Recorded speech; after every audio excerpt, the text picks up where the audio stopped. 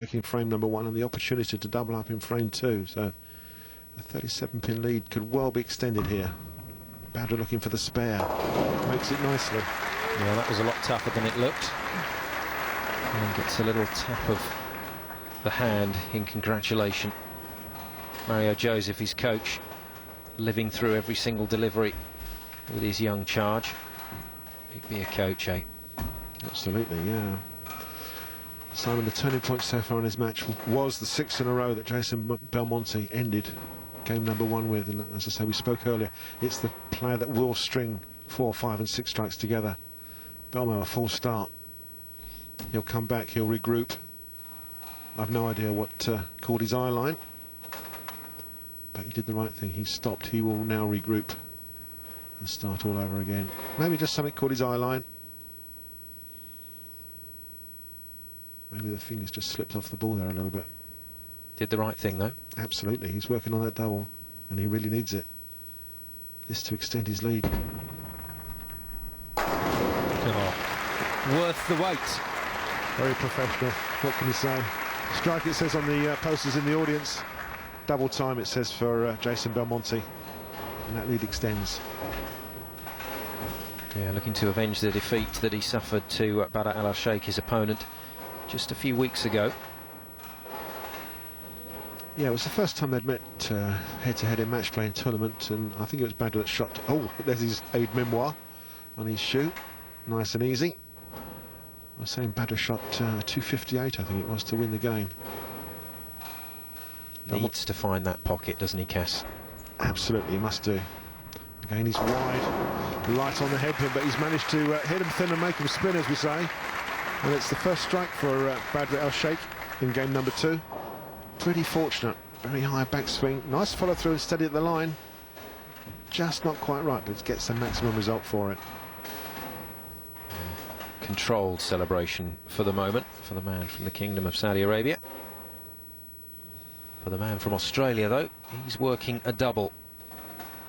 Well, this is a stage of the game where Belmonte wants to wrap it up. If he can come out with 4 or 5 strikes straight out of the trap, he will sew this game up really early. Just a fraction high there, leaves the 4-pin standing. So close to making 3 in a row, but not quite good enough. Well, this game was never going to be over.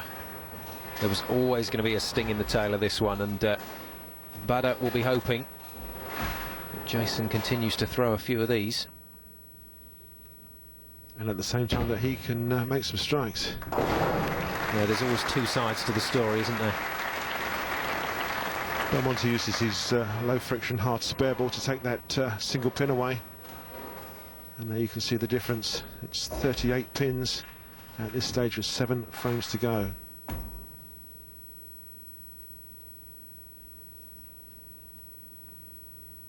There's the sticker. Nice and easy.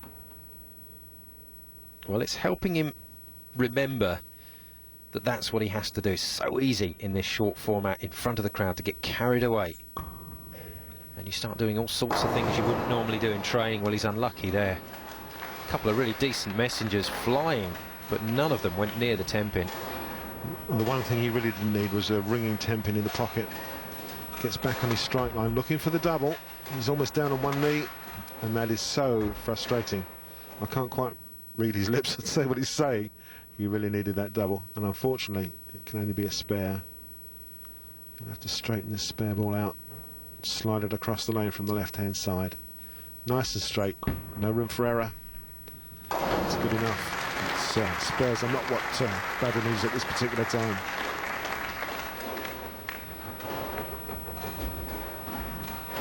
He had a real chance there to get back at Jason Belmonte.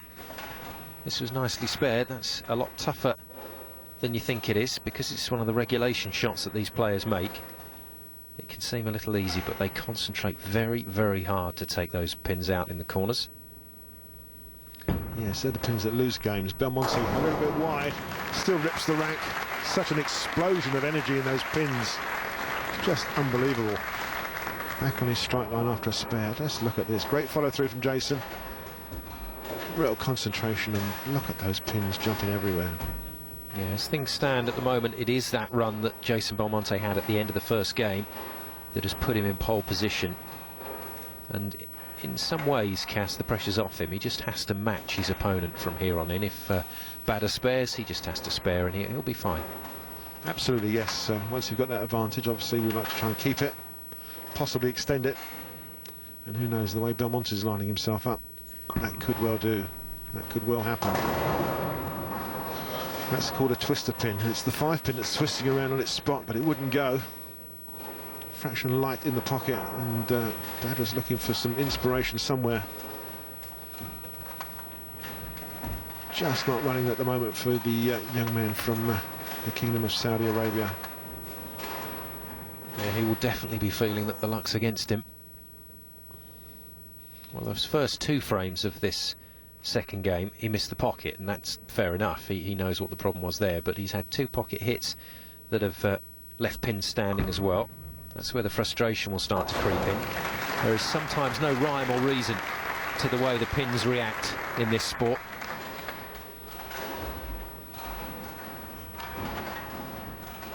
Very fortunate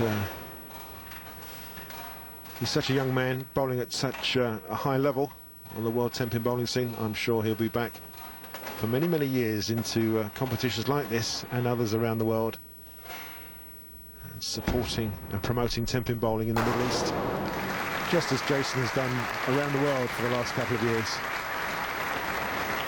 Turns that single strike into a double. So he's back on the strike trail again, and that's where Badr Al-Sheikh needs to be. The gap is just starting to creep out again. That's the maximums available if they strike off from here. 5-2-3 to Belmonte, 4-5-4 to Al-Sheikh. He's a long way off the pace. Growing up, you know, we all had to start somewhere, and junior leagues was one place where we all started. And you know, watching the kids today, it brings back some old memories, some good, some bad. Yeah, well, the way I started and got introduced was my family built a bowling centre where I live, and you know, instead of taking me to a daycare centre or something like that, they used to give me a pair of shoes and a ball and let me go crazy. So that's how it all started. My career highlights that I truly believe are the tip-top, winning in Las Vegas, the high roller event. I've never ever dreamed of winning that tournament, and winning that was amazing. Bowling 300 on this particular program. I mean, I've seen the program, and to bowl 300 is a dream come true. The World Masters is one of the most exciting and prestigious tournaments of the year, and it comes around once a year, and it's an invitational, so if you don't come, you don't get a chance to bowl it. So every year it's really special, and if you can put this on your CV and say you've won it, you know, there are millions and millions of bowlers out there that want to play this tournament, and not many people get the opportunity. So me personally, winning the Masters is my goal. It's right up there. I can't see 69 pins being brought back in 5 frames against Jason Belmonte. The young man's just got to sort his line out. He's changed the ball, and unfortunately that one just sailed on a bit straight. Got to the pocket, but didn't hook up. There was no reaction in the back end. Leaves himself the 2 and the 7-pin split in the corner. Some great camera work from our guys down on in the arena. Just didn't react the way he wanted. Made the change because he needed something extra to get back into the match. Unfortunately, it didn't appear to be the right change. An almost realisation after that last shot when he looked across at coach Mario Joseph that maybe this one has eluded him. Oh, great spare. That's just super bowling. Yeah, it slides the ball between the 2 and the 7. Bounces the ball off one to the other. Good looking spare. Unfortunately, spares are not what he needs right now. He needs some strikes and a bit of inspiration. But as I say, he's presented himself well at this tournament. He's the debutant, he's the new boy. I'm sure we'll be seeing him again if in fact this is the end of his event.